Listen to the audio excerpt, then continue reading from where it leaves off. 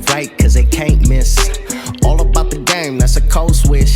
Serving up the truth, call it ruthless. Tune in and get your fix from Blake and Vish Sports. Let's talk about these safeties, because you have a lot to say. These guys, Tartt saved a touchdown. They both did. Tartt saved the touchdown on Kes Watkins' catch, and Ward ran Hurts out of bounds at the 2 on 3rd and goal.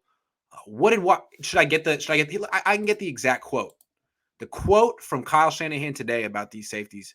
He said, "I think we have 2 safeties back there who are as good as anyone doing it." Also mentioned how it's going to be tough one-on-one downfield with receivers. Said Ward and Tartt have done a hell of a job. Yeah, they both, the 2 highlight plays for each of them, right, was Tartt showing the unbelievable effort and just speed.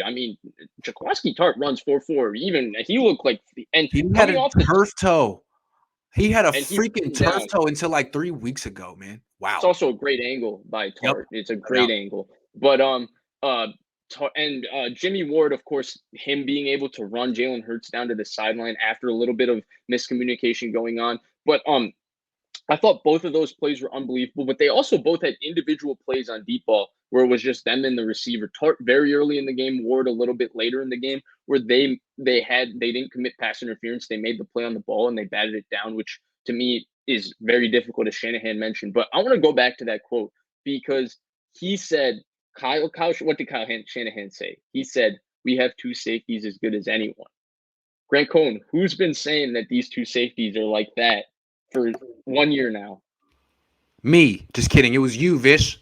It was you. That's right. And I thought this game really highlighted it because, they made those 2 plays that really stand out in terms of the construct of the game, but they also do a lot of little things that people don't get to see. If you saw, I think they had an early run where Tartt had a great explosive first step on the fit and he blew up the run and they had 1 yard in the backfield. Jimmie Ward was aggressive. Jimmie Ward, I saw a couple of times, was manned up with Zach Ertz in the slot, was manned up with Goddard in the slot. And did Goddard or Ertz get thrown the ball? No, these 2 safeties are unbelievable. What they do doesn't get seen in the box score. But I tweeted this after the quote. It's like very few teams have 1 safety that can play in the box and you can put in the post, right? Seattle has Jamal Adams, who you can play in the box, and he's unbelievable in the box, but you can't put him in the post. And Quandre Diggs is the exact opposite. He can't play in the box, but he's terrific in the post.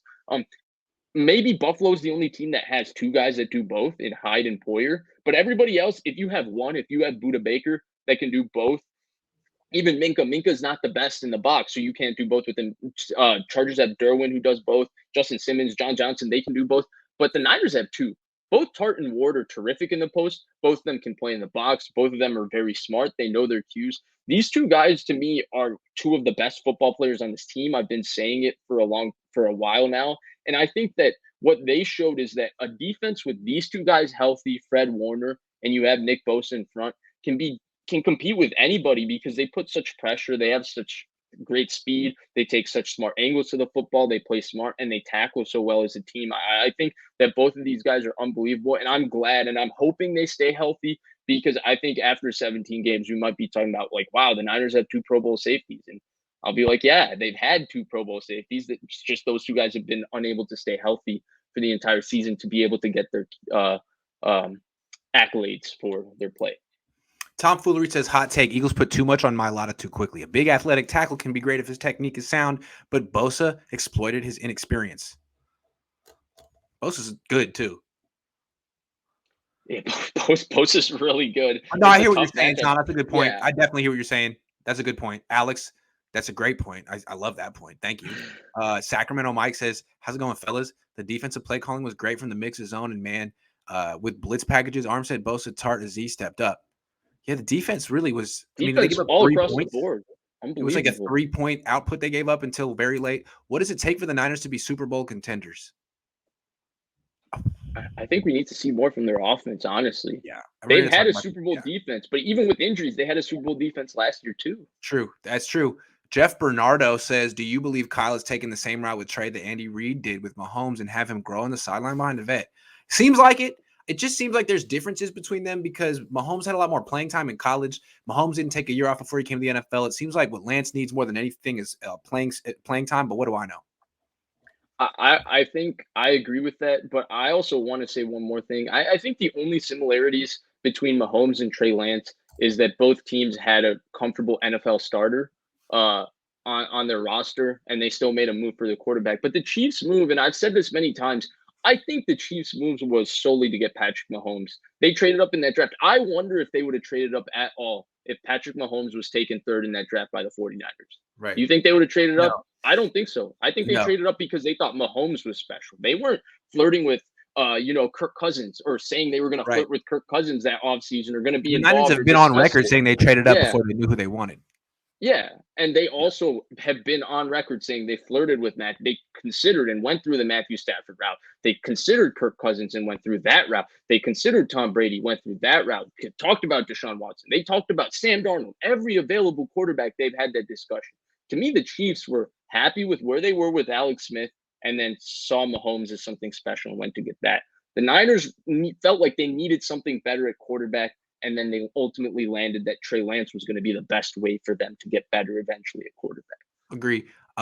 This guy says Lenore's feet got tripped by the wide receiver on that 91-yard play. I thought he got tripped over his own feet. I don't know. One way or another, he got tripped up a little bit for sure. I wish we got more replays. The broadcast sucks, man. That fifth Fox crew of Chris Myers and Mark Schlereth. There were like two replays Schlereth, in that game. Yeah. I noticed that too. I kept having to replay it like on my own TV. Jonathan says, I know it's early, but this year's draft class already in question when the first 3 picks have only been the field for 5 plays or so. I mean, you got Banks and Ambry Thomas are inactive. I mean, they got their usual 5th round treasure, but yeah, it's a little bit odd. It's like I don't understand if Lance and Banks and Sermon had just like really stunk in training camp or in the regular season, but it seems like Kyle just kind of made his mind up that they're not ready. All 3 of them. Maybe he's right about all 3, but I don't know. It's 4 too. Sermon too. I don't know. I don't know. Well, it felt like Banks and Ambry maybe struggled a little more in camp, but the other 2, Sermon and Lance, by all accounts, not just you, everybody, it felt like they were all having strong camps. So yeah, it's strange. My guy says best Niner vlog on YouTube bar none. Your chemistry is on point. Content is 100. Thank you for the coverage, guys. Thank you very much. My guy. Appreciate it. Off topic, the jacket fire. Oh yeah. I got a new jacket. What is it? It's another one of these. It's a quality control, but it's like an actual like gray blazer that has it kind of embroidered on the back. My Rhino says what? Go ahead. The problem is if you wear this jacket, then Philadelphia Eagles aren't going to call you up and ask for your sage advice because they're thinking this is a 49ers employee. Yeah, they just don't understand. It's their loss. My Rhino says, Vish, you really impressed with your analysis and ability to look at the Niners objectively. This 25 is for you. How about just the fact that they're 2-0 on the road and sellouts to open the season? Really appreciate that, my Rhino, and I'm real excited.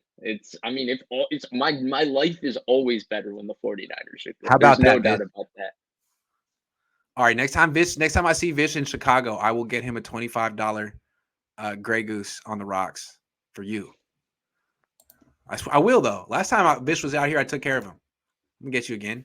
We had a good time. Russ says, don't D-line players watch game film afterwards? Can't they see how the outside rushers moving inside always result in QB runs for first down and more? Yeah, man. This is another thing I want to talk about with the defense. The other thing that I would kvetch about, and that's a Yiddish word about which means complain, is the lack of containment. And it's a league-wide epidemic. It's really hard. I know it's very hard to keep quarterbacks in the pocket, but I mean the Niners are terrible at it. The only reason that he didn't run for more yards is because they didn't try to.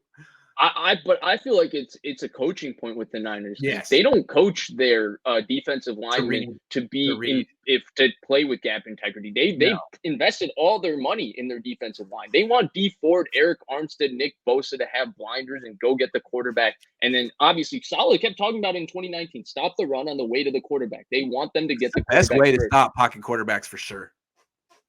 But then mobile quarterbacks, it just makes it easier for them. To me, it's like, I don't know. Like when quarterbacks are on the perimeter, it's a lot like 3-point shots in the NBA. For a long time, it was poo-pooed. You don't run your offense that way. You have to get close to the basket.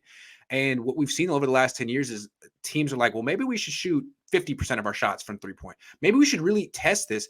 And I think we're seeing, I don't know, we may see that eventually with teams in the NFL, because the quarterbacks that college is producing are guys who are really good on the perimeter and aren't that, I mean, with the exception of Mac Jones, aren't very advanced from the pocket. From what I've seen. No, yeah, So you're right. embrace it. I mean, there's been two. Joe Burrow and Mac Jones Right. were like They come out every couple of years. prodigies, yeah. For sure. They come out every couple of years. But But mostly, then you have Dwayne Haskins and Josh Rosen. and everyone gets fired, and then they bounce out and they're out of the league in 3 years. So I just embrace the 3-point shot, which is the perimeter game for the quarterback. I know you got to win from the pocket, and that's what they tell you. But then until someone does it another way, and then I don't know. I'm just I rambling. mean, Russell Wilson did it the other way already. Exactly. And really, Mahomes, although he's great from the pocket, so much of his game is the ability to get out of it. Russ says, "Don't D-line players." Oh, we talked about that already. Yeah. Sorry, Russ. I mean, not sorry. We answered your question.